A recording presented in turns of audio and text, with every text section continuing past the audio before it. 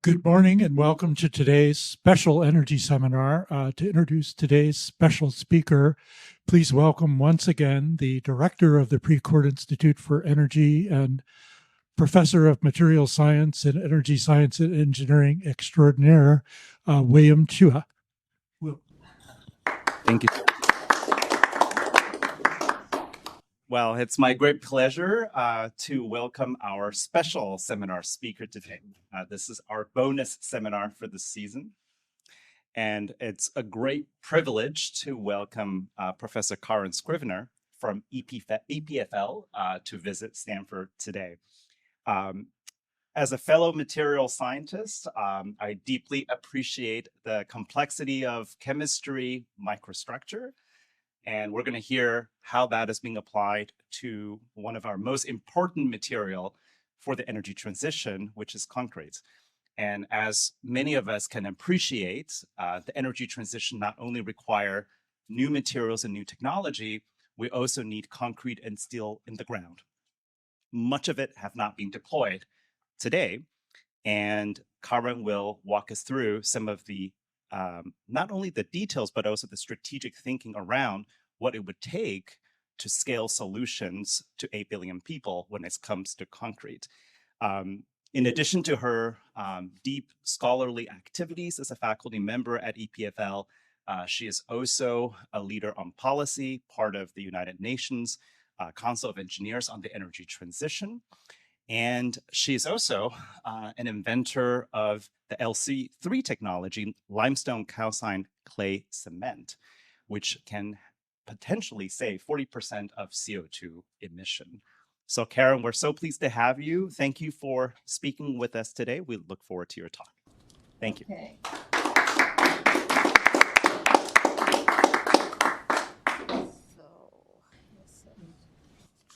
So I'm going to talk about, how we can decarbonize cement. And to put this in context, we recently made this graph. This is all the materials we use. And we show it by mass, by volume, and by CO2 emissions. So you can see in terms of mass and volume, the overwhelming dominance of materials based on cement. So that's concrete is about half of it, but about half is all the other things like mortars, like blocks, everything like that. And, if we look to the CO2, we see that relative to that dominance of cement-based materials, which make up about 75% of all the materials we use, the fact that this ends up with 8% emissions is not so bad. It's no reason for complacency. We clearly need to do better, but it's clear that we're not going to really gain anything by replacing cement-based materials with other things. And, a lot of people really are just carried away with this idea of biomaterials. But, for construction, this is not really going to take us very far. For example, replacing just 25% of concrete with wood would require planting new forests 1.5 times the size of India. And even if we did that tomorrow, we wouldn't really get anything from it by 2050. And in fact, this report from the World Resources Institute, which came out 18 months ago or so, is extremely interesting because there they go into the question of competition for land and show that, really increasing wood production is just not viable. And we need to think about the final use.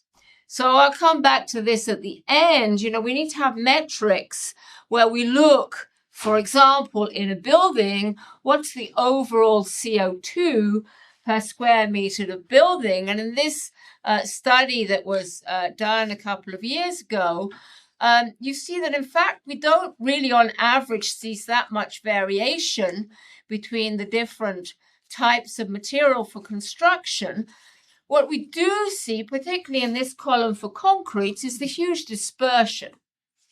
And clearly, you know, in fact, the lowest CO2 per square meter building and the highest were both made in concrete.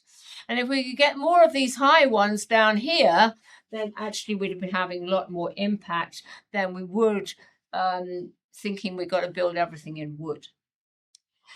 So the really important message I want to give here is it's not by chance that these materials based on what we call Portland cement are the most used materials on Earth.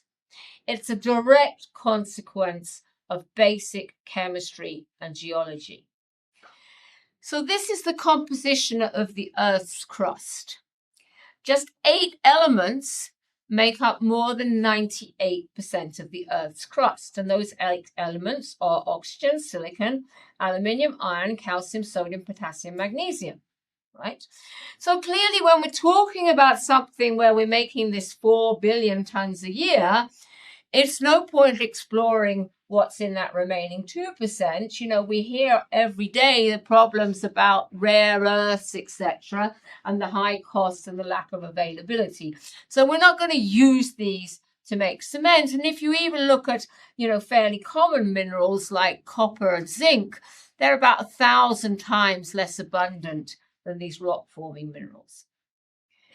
And then we need to think about how cement works. And it works by this process called hydration, which is a reaction between the cement powder and the water. So we have this cement powder here. And when you introduce this to water, first of all, it dissolves. It dissolves exactly like sugar dissolves in your coffee. But then we can have new combinations of ions which get together and precipitate out as these hydrates, which I've shown in red here. And the point is these hydrates have a higher solid volume, and so they bridge the spaces between the cement grains and they hold the whole thing together and give it strength. So looking now at these elements in the Earth's crust, and they're really all present in forms of oxide, what we find is that the alkali oxides are too soluble. So they dissolve no problem, but they don't really precipitate the hydrates, so really not much use. And then the iron and magnesium are too insoluble. And, you know, we can see the reality of that in these pictures here. This picture at the top is just a piece of 30-year-old concrete. And all these very bright areas like this are where the iron was and still is. And you can actually pick out the original cement grains here. And you see that in all these 30 years, the iron didn't move around. It didn't go into the space between the grains. So it's not really contributing to holding the whole thing together. And the same story for magnesium. There's quite a lot of magnesium present in slag. Slag is used as a substitute for clinker. We'll come back to that. But the magnesium is just staying in the same place it was in the original grain. It's not going into this space. It's not bridging the grains together. So that takes us basically to these 3 oxides where we can produce cement. So, I mean, 3 oxides, it's very easy to study a system of 3 oxides. This has been studied for more than 100 years, and we know all the phases that can form in this calcium alumina silica system. And basically, we have 2 areas where we have cementitious materials. We have this area, which we call Portland cement, which is basically calcium silicates. We have this area, which is where we find calcium aluminate cements, and also when we have some sulfate present, calcium sulfoaluminate cements. And at first sight, this region seems very interesting because it's further away from the calcium oxide triangle corner. As we're going to see, getting calcium oxide is what is the source of most of the CO2. So it seems very interesting, but the problem is now to get down here, we need minerals with a lot more alumina compared to silica. These are not very abundant in the earth. We have things like bauxite, but bauxite is used to produce aluminium, which makes it expensive. And just to put it in perspective, even if we took all the current production of bauxite and diverted it to produce these cements, we could still only replace 10 to 15%. So this is really not going very far. And even after they've been producing these in China for more than 50 years, they represent way less than 1,000th of the production of OPC. So this is the chemistry part, but then we need to look at the geology part. And geology is a very complex process, so I'm grossly oversimplifying it here, but nevertheless, it's quite an interesting idea to keep in your head. Basically, we have volcanoes, and those volcanoes produce rocks, and those rocks they produce have kind of the average composition of the earth, plus or minus. And then over time, those volcanic rocks are weathering down, and the weathering process divides them into two types. We have the basic components, primarily the calcium, which picks up CO2 from the atmosphere and forms limestone. And all the other stuff, all the silico-aluminates, that goes on, forms various different things, feldspars, and eventually clays. And if we look at a sort of super simplified geology, these show the limestone deposits. You can see we've got these big limestone deposits all around the world. And basically, whatever isn't limestone usually contains a lot of clay. So they're kind of counterparts. And in Europe, and in North America, in fact, we're kind of lucky. We've got these kind of very finely mixed divisions. So it's really no surprise that 200 years ago, Portland cement were discovered in Europe. But unfortunately, the fact that we use limestone to produce the cement is the source of most of the CO2. So 80% of the raw material to produce, first of all, what we call clinker is limestone. And the first stage of the reaction that eventually goes up to 1,450 degrees, this breaks down into calcium oxide and CO2. And this is responsible for 40% of the emissions. 60% of the emissions. The other 40% is from the fuel, but this is already a highly optimized process. And in fact, now we're using waste fuels. I've put more than 80% here, but in Europe, there are many plants operating at more than 95% waste fuels. And this clinker, which we produce in this cement kiln, is then the source of all the CO2. Even when we end up in the final building, it's probably accounting for about 85 to 90% of the CO2. So that's the problem. As I said before, it's still quite good value for CO2, but we're now faced with the climate crisis and we need to go fast. And this is what's important. You know, these are the decrease scenarios for 1.5 and 2 degrees. And you see, everything's got to happen now in the next 25 years. You know, this is a huge pressure. We don't have time to wait for perfect solutions. And people, you know, often say to me, well, we should just stop building. Well, I think that's an incredibly arrogant thing for people like in Switzerland to say, where you have a lot of nice houses. But you go to places like India or Africa, and, you know, a lot of people don't have houses. So, you know, we need to keep building. And the projection for new building, this is the projection from Architecture 2030. You see the huge increase in land area is going to be like in Africa and in India, but particularly Africa. And these changes are reflected in the past and future distribution of the use of cement. So you see back here in 1960, which is just after I was born, about 80-90% of cement was used in the global north, and that amount used in the global north has really not changed all that much, and is not predicted to change all that much out to 2050. Of course, the huge game changer has been China. starting in about the 1980s. The consumption of cement built up strongly in China, but now we're already past the peak. And production in China is going down very, very steeply. And again, we see the place is going to be taken by India, other parts of the developing world, and Africa. And this is a normal phenomenon of growth. Here we plotted the cement per capita against the GDP per capita for individual countries. You can see all countries go through this kind of peak. China has gone, even 10 years ago, through a particularly high peak. Consumption per capita in China is around 1,500 kilos per person. In places like the United States here, it's around 300. So, there's a long way to go in China, and the consequences are going to be dramatic. Probably 2/3 of cement plants will have to change. But it also shows us where we need to target our efforts. So we hear this figure, cement accounts for 8% of CO2 emissions globally, which is true.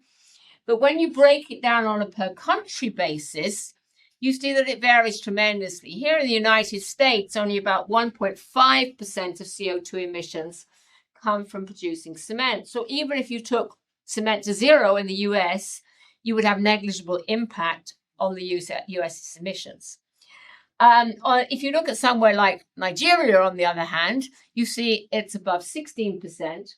So if you work in Nigeria, you can have a huge impact on their CO2 emissions. And it's also a question of getting in before the growth. If we'd acted in China here, we'd probably be in a lot better place. It's too late really to do much in China, but now we need to make sure we catch the next wave, which is particularly going to be Africa. So what can be done? Well, there's been a lot of ideas out there. So here in the US, there are a few startups who say, well, let's get calcium not from limestone. Sounds like a great idea. And they say, let's take silico-aluminate rocks like basalt. This is a kind of typical composition for a basalt. And they can process it. You can dissolve it up in acid. You can precipitate the oxide separately. These are common technologies from the mining industry. And then you can make the clinker with uncarbonated calcium hydroxide. There's just two problems here. First of all, the cost. Estimated cost is something like 10 to 20 times the cost of producing cement today. And bear in mind that 10 to 20%, 10 to 20 times, because I'm going to talk about carbon capture and storage, which is difficult, but much less expensive than that. But what is actually the more fundamental problem, which can't, costs can always come down, but you can never get away from the basic chemistry that with these kind of compositions, you're going to be producing 4 times as much waste as product. And that would be an environmental disaster.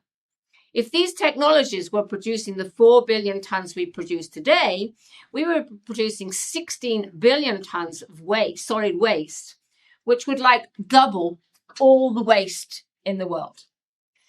And, there's other ones like, well, can't we get calcium from seawater? Well, the problem is, yes, we can, but the dilution's very high. We can make a back of the envelope calculation. I'm not going to go into the details of it, but you see here, the range of cost is between $1,000 and $10,000 per ton, compared to about $50 a ton, which is an upper limit for producing cement today. So, there's tens more of these ideas. The press really loves these ideas.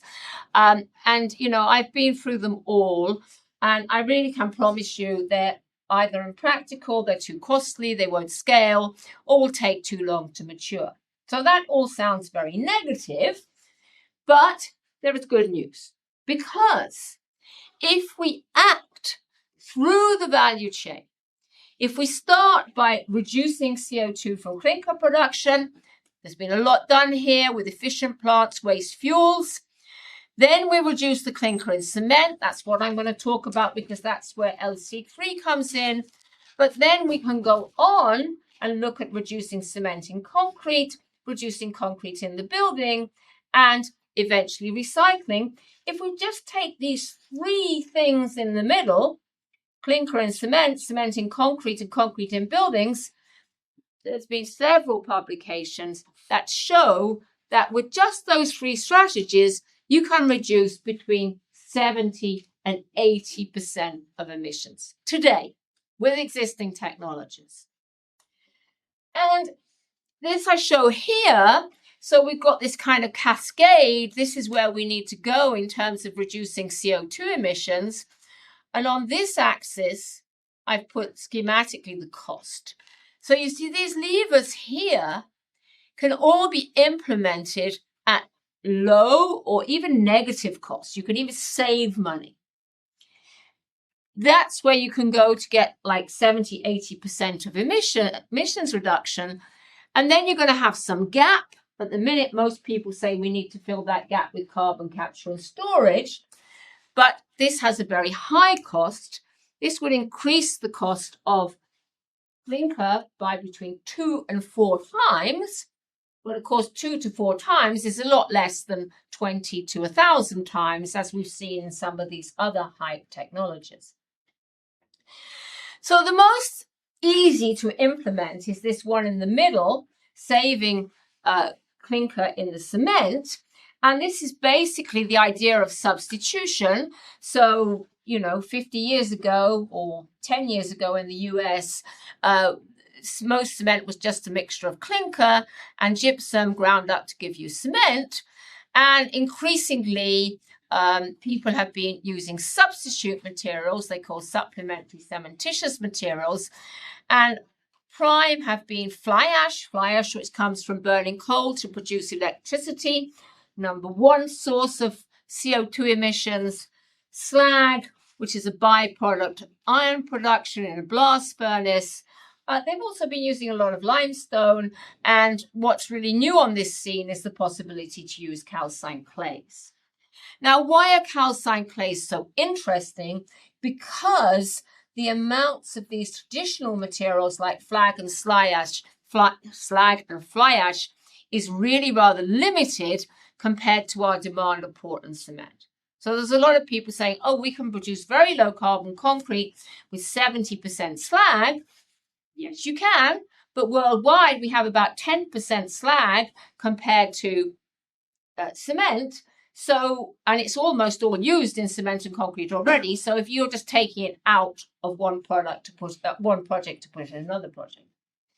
And as I say, limestone is used quite a bit, but it doesn't really react very much. So you can't make very high levels of addition.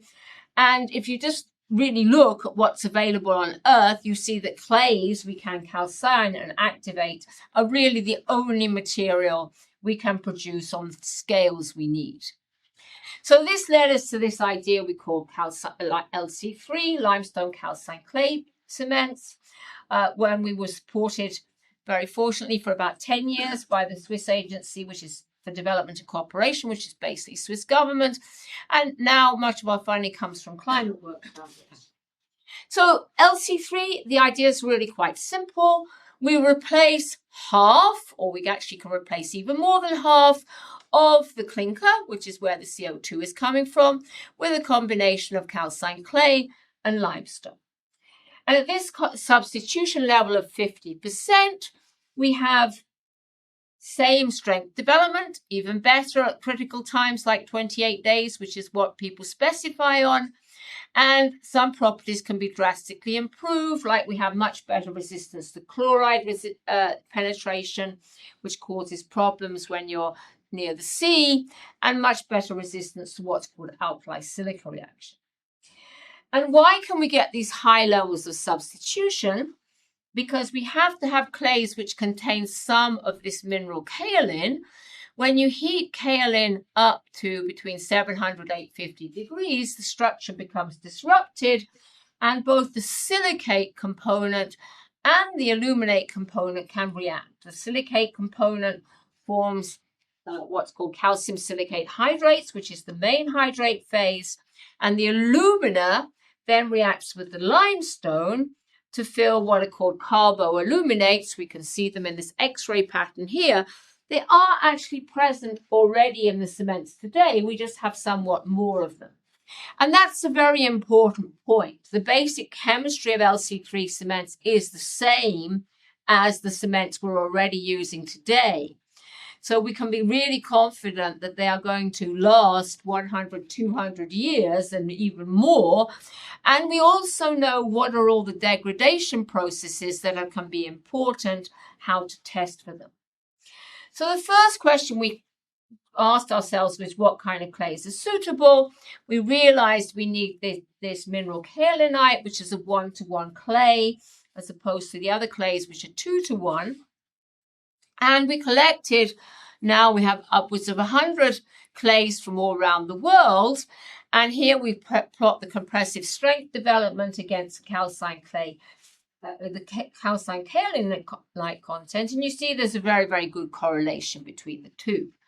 And the red line, this shows you the reference strength of the pure Portland cement. So if you want to have the same reference strength of the pure Portland cement, you don't need pure metakaolin, which is really expensive. You only need a clay containing, around 40%, or even, we've got some with only 30% kaolin, which are perfectly good. And those kind of low-grade clays are really super abundant. All these regions of the world where you see this orange color, you will have suitable clays. So when I show this, my colleagues from Finland say, well, we haven't got any clays up in Finland. No, you haven't, but you haven't got many people living there. The whole population of Scandinavia is less than one city in China. So, fine. You can't do it everywhere, but you can do it in the places that matter, where we have the big centers of population. And this is now really it's really in implementation. This was the pioneer plant of Argos in Colombia. Since 2019, every single ton of cement coming from this plant has contained calcined clay. And they've been using it in all projects, roads, viaducts, tunnels, shopping centers, what have you. This is another plant from Ivory Coast. This is a construction from the plant in Colombia. And now we also have calcined clay in Switzerland. This building is being constructed 10 minutes from my office. I visited the other day. People were very pleased with the performance. They could use it like as a 1-to-1 substitute with hardly any adjustment. There's always a big debate about color. You can see here the color's quite different. It's kind of browny compared to the gray color of Portland cement. If you want, you can make the color gray. But what they actually found, particularly in Switzerland, is this was actually a big sales point for this new cement. Worldwide, we see that, these are the plants that are either operating or under construction. And you see we have a lot in Europe. We have a couple in North America, South America a lot, and particularly Africa, which is where we're concentrating our efforts now. And today we have an installed capacity of something like 15 million, but that's still quite small compared to our estimated potential, which is around 400 million. And again, we've saved probably close to 10 million tons of CO2 so far, but we can go much, much further than that to about 500 tons per year. And we can estimate that world potential quite easily because we have data saying how has the clinker factor changed, how has the level of substitution changed. You see there was big progress in the 1990s, but the past decade or so, nothing's really much happened because of the shortage of slag and fly ash. Now, if we remove this problem of shortage, we could easily go to a substitution level of 40%, which would represent savings of 400 million tons of CO2 per year. But with a little extra research and understanding how to optimize these substitution levels, we could probably do twice as well as that at least. And we can do all that while saving costs. This is a report we wrote on the financial attractiveness. And depending on how you're producing it, whether you're producing it in a plant that's already producing clinker or in a grinding plant, you see you always have significant savings compared to the OPC reference. So you do have to make some investment, but that can pay back in 1 to 2 years. So before I finish, I want to emphasize that, what we've been talking about here is one part of the puzzle. And we have to make sure we're really covering the full chain.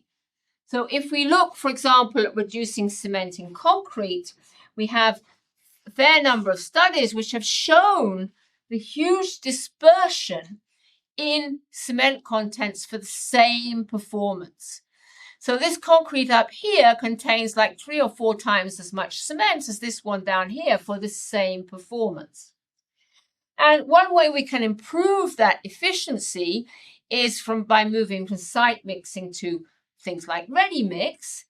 What we absolutely don't want to do is start doing things like 3D printing, because that takes us in precisely the opposite direction, increases CO2 emissions.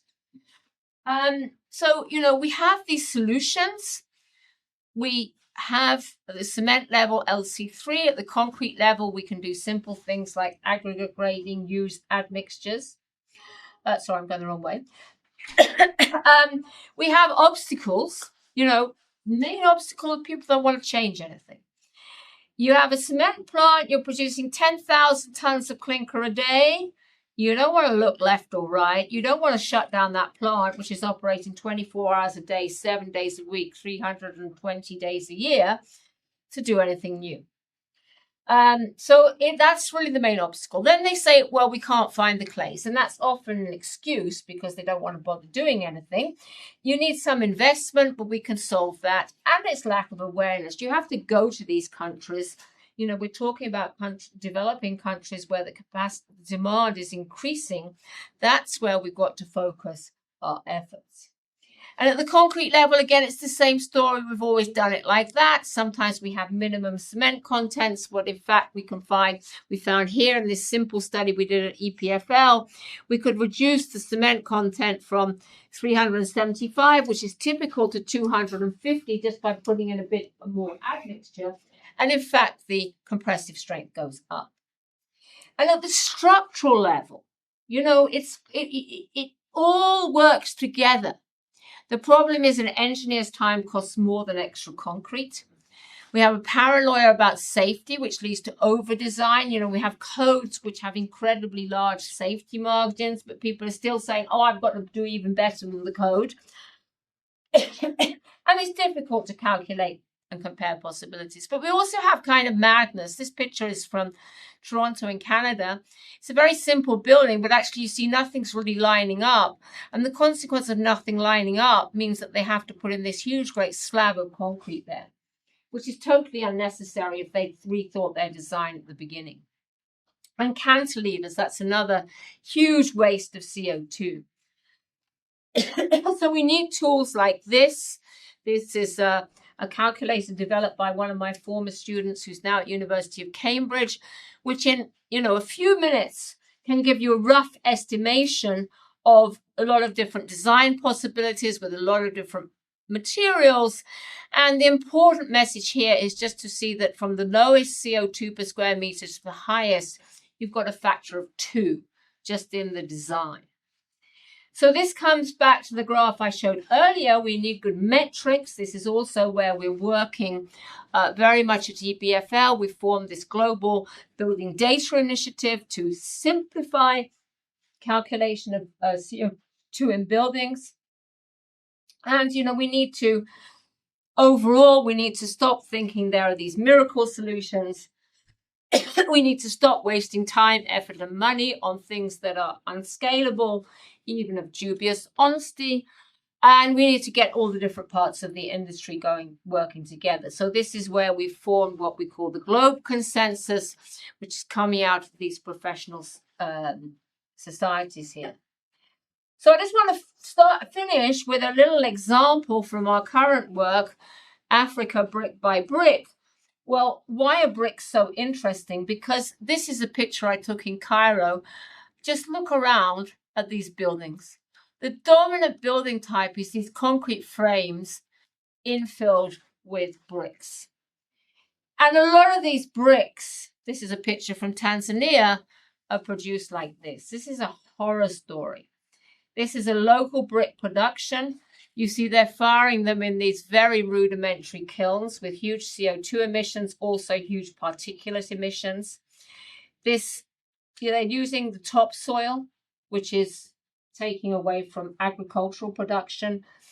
It's led to deforestation. They're now having to import wood from miles away to fire these kilns. And if we can get them to do something simple, like switch to concrete blocks, we can actually bring down CO2 emissions by like tenfold. You see, from the highest fire clay brick here to the lowest concrete block we can achieve with LC3, we can cut emissions by 90%. This is enormous. And the point is we can do it at the beginning. So you don't have to change the building practices of the people. They can still build their houses. Like in many countries in Africa, 80-90% of construction is self-built. And this is where my postdoc, who's been working with me for a couple of years, she's now taking this idea. How can we really take this to the market? She's a professor at University of Dar es Salaam, but she's also creating her own brick factory. So, we need to go and move away from this cliche. You read so many reports that say, people in Africa should use their native materials. They should continue to build in earth and straw. I mean, frankly, it's insulting.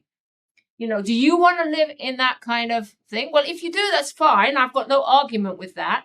But saying to people, you just stay in your villages and live in these shacks is just frankly insulting. What they want is a simple little house like this, which you see you can build with these blocks. And if we really implement these things, these technologies we have here today, we can completely decouple growth from emissions in the construction sector. Not with everything, but in the construction sector. These graphs here from a study we're going to submit soon show at the top what would happen, business as usual. And you see all these countries here. These are developing countries where their GDP per capita is before the hump. They will increase their emissions. These are the lines in orange. If we implement these three simple ideas, better design with calcined clay, better design, calcined clay, and better concrete, we could transform the situation to this, where all of these countries, even though their GDP per capita will still increase in line with the forecasts of their countries of where they want to go, their emissions from the construction sector can be reduced. And I think that's really something to aim at because we have the technologies today. So, Portland cements are here to stay. Don't dream you can do something different because I'm really sure you can't. But we can do a lot better with this material.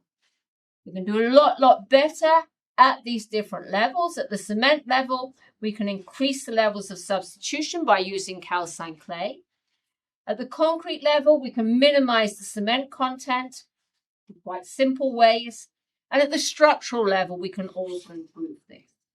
And all of these can be done for, in fact, lower cost. We will have a gap, but that's where I say we must not let the perfect be the enemy of the good. If we can do 80% now, before 2050, that's a lot better than waiting for a perfect solution, which is not going to be available in the next decade or so. And calcined clays are really the only realistic option, and the point is they can be done fast, and they can be done at full scale. So with that, I'd like to thank you for your attention and happy to answer any questions. Well, thank you very much, Dr. Professor Scrivener. That was a fabulous talk. I think we all appreciated here at the Precourt Institute and at the Doerr School of Sustainability your steadfast focus on practical, scalable solutions. So I thought that was just perfect. I expected, based on Professor Chua's endorsement.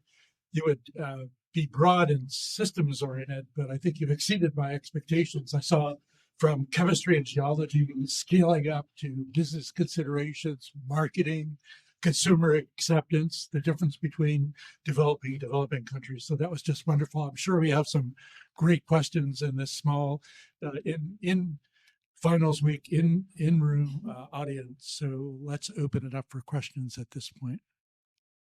I see our two experts here in the front row who you already know. So seeing no other hands, of course, I'll turn it over to Professor Chua. Should I use the blue? No.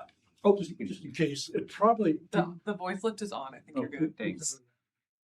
Karen, what an incredible talk. And I think we should all aspire to measure our productivity as scientists and engineers on the, kilotons or gigatons of CO2 averted or removed. In an incredible way. We are humbled.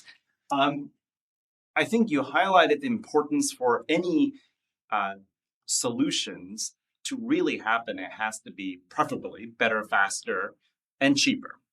And I think you highlighted many elements of better and cheaper. In the last slide, you commented on faster as well. I wanted to understand a little bit of the degree of drop-in for this approach of using LC3. And I have no understanding of what is required, but the one thing that sort of stood out to me was the clay that is required. Can you comment on sort of the order of magnitude of capital investment needed that a cement maker would have to do with ecosystem in the value chain would have to do in order to materialize the LC3 cement? The capital intensity. Yeah, so I mean, we have done quite a lot of work on that. And of course, there's no one answer. But to give you an idea, the point is that all the technology you need to calcine clays is already out there.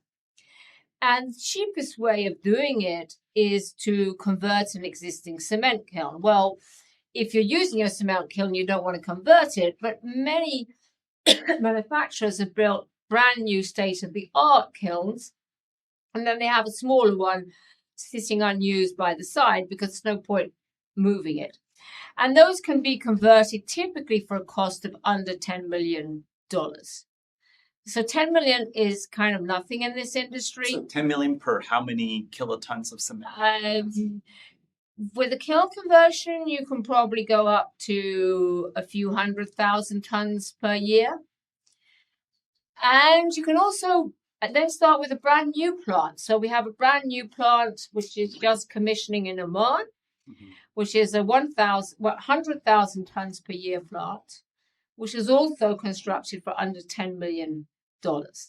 And to put $10 million in context, if you build a brand new clinker kiln, you're talking about $500 million.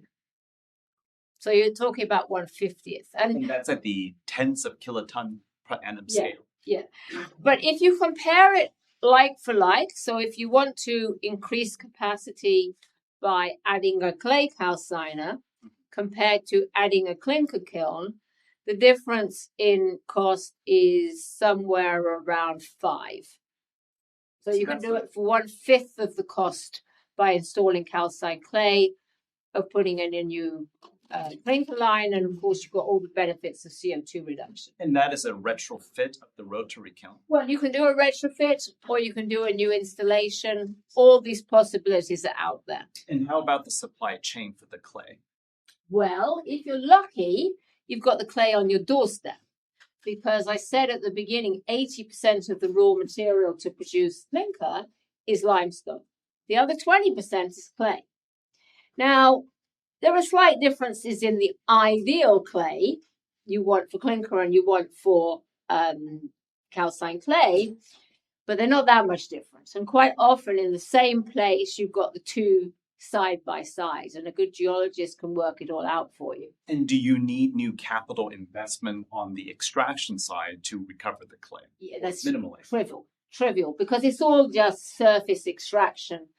And to give you an example, this production that's going on in Switzerland here, I mean, this is even a kind of nicer example, because the local clay is not that brilliant, but they've managed to make it work. But in fact, the raw material they're using to produce this calcined clay, they get a negative cost because it's what people are extracting when they make tunnels. So somebody's making a tunnel, they've got all this clay they've got to get rid of. And if they sell it to if the cement producer pays them to get rid of it, they don't have to pay for landfill. So you can even have materials at negative cost. Okay, that's not the same everywhere. There's all these different variations, but it is a very good scenario. Karen, can I ask just another big picture number?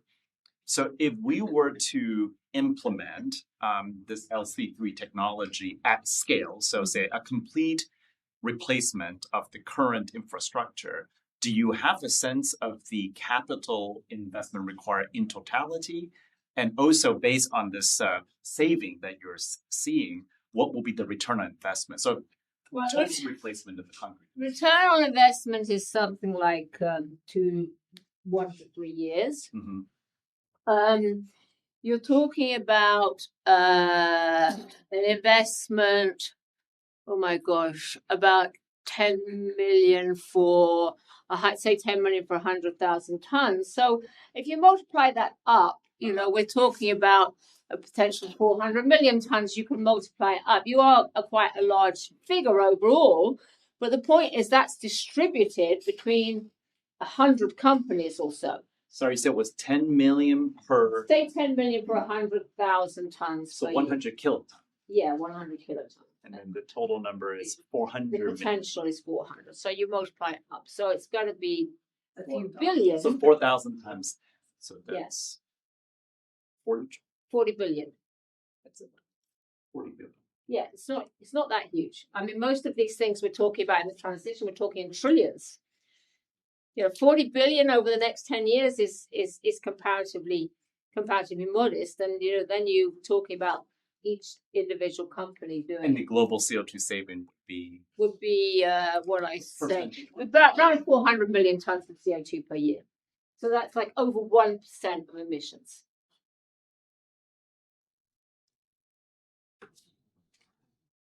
Thank you. It's very inspiring. Matteo? Thank you very much, Karen. I join Will in expressing gratitude for a really wonderful talk. I have many questions, but maybe can I ask two? One on the technical side and one on the more like big picture side. So you talked about the abundance of those 8 elements, and in particular calcium, aluminum, and silicon. And one would think then, clay is abundant and can be a solution.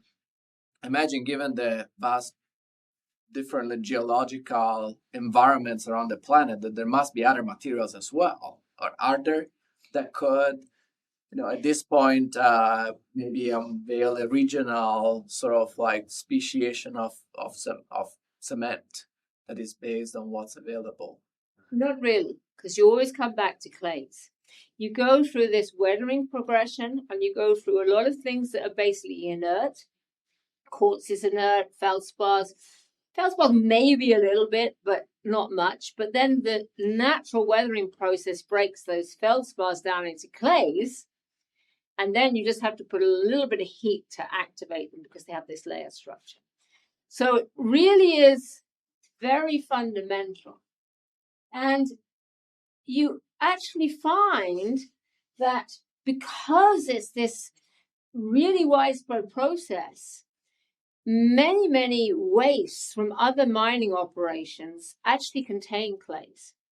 So, for example, in China, they've got the stuff they call coal gang, which is all the stuff from coal mining that you can't burn. That can have kaolin contents even up to 80%. And at the minute, they're just throwing it away. You're building huge heaps of slag, So basically, you've got inert aluminosilicates. The classic example is quartz, sand. That's not react. Well, we use it for other things, And often you've got intermixed deposits of quartz and clay. And that's also interesting because you can even separate them. You can use the quartz, the sand. We have a problem of finding enough sand for cement. We don't have a shortage because we can always produce more sand by crushing rocks. But, we've got, this is the point about abundance. You've got this super abundance and you find the same things coming back all the time. Like I told the story about extracting earth from tunnels and then reusing that as calcined clay. Because always the same basic geology. Great, thank you. May I ask it? One more, and then final question over here. Go ahead. Well, the second is we are in the center of Silicon Valley, and there's this approach you mentioned in one slide, and you didn't clearly make the reference to some startup companies, but there is this idea of like startups now tackling climate challenges, and you took a completely different approach in changing things that is not a startup, that is a public sort of approach to doing that. Can you tell us why you decided that and maybe compare and contrast the effects of using that strategy versus a startup sort of strategy, and then really get into the climate benefits that we probably all want to achieve? I think it depends on a lot of things. I think it depends. First of all, I did spend 6 years in the industry. And that's very important because even though I was in the research division, then you understand that making a new material in construction is not just about producing that material. It's about having the distribution channels and everything to get it into the market. And you can't start from scratch and reproduce all of that yourself. You can maybe do it on a micro scale. I'm sure, these startups, they're producing this wonder zero CO2 cement. They'll find a market for it, even when it costs 10 to 20 times existing cement. But it will be a niche. It will be a micro niche. Because at the same time, all those people who are building their own houses are going to carry on building their new houses. And you've got to get in there to have the action. I think it's also a question of, personal approach. I'm an academic at heart. When I moved back to Lausanne, I was already in my mid-40s. I realized I'm not going to be a millionaire anymore, billionaire. So it's, what I wanted to do that can have an impact. And you can guarantee if we tried to patent it and sell it to people, it would never have been taken up. Never, never. We would have had all kind of other obstacles. Oh, we're not going to change the norms. We're not going to change the standards. We're going to shut you out. Because everybody wants to protect their market. So this was the only way it was going to work. And I could see that from the beginning. So it was kind of, for me, it was a no-brainer. What's the point of beating yourself up by trying to set up a company when you know it's not going to work? Great. Last question. Well, Amazing. And if you're enrolled in the energy seminar, please make sure you sign in with me before you leave to get credit for this makeup session. Question for you is, something that haunted me when I was trying to work in this space was the way that life cycle assessments will do the handling of waste products versus co-products, byproducts, and all these things, and how the emissions will travel through the supply chain of things like slag and fly ash. And it didn't even seem consistent globally, from the US's standards for that versus Europe. And so it often would be really important and change the decision making between some of these SCMs. And so I'm curious if you've come to what you think is the most academically rigorous solution, or how you handle that ambiguity and challenge in your work. Look, the answer could that be very long. If you take the example of slag, as I said, slag is the substitute material par excellence. You could easily put in 70% compared to clinker and have very good performance. And then people say, well, we're assuming slag is zero, but we shouldn't really, because we're producing iron at 2.2 tons of CO2 per ton of steel or iron. We should allocate some to the slag. But if you allocated some for the slag, then slag will be just piling up as waste rather than being used. So to get rid of this slag, which was the case 40 years ago, we had to assume it was zero. It's questionable. But in a sense, that's all irrelevant because, as I said, worldwide, slag is only 10% of cement production. So my attitude is a little bit, well, just leave other people to debate all of that. And let's get on with the big things that can change things overall. Yeah, I think that makes sense. I think one of the challenges is with these like low carbon concrete codes and different things where we're trying to like drive the industry to change. Like the measurements do end up mattering. And if you allocate zero to something like slag and fly ash, then how does LC3 end up competing in those systems where it's not getting allocated zero? It's getting allocated something, but yeah, it gets really complicated. But yeah, I mean, it hasn't stopped us so far. We started in India, and India is the country with probably the highest amount of fly ash. And we still found that people needed calcined clay because they were too far from a fly ash source. Fly ash is actually a totally rubbish product. Most of it hardly reacts at all. So they could go to much lower clinker factors here. I mean, yeah, you're right. But I think that's why you have to look at the big picture and not get into the nitty gritty. Yeah. Thank you. Great. With that said, thank you once again for sharing with us your fascinating story that was just filled with pragmatic, actionable insights. So thanks on behalf of all those in the room and on air. Thanks once again.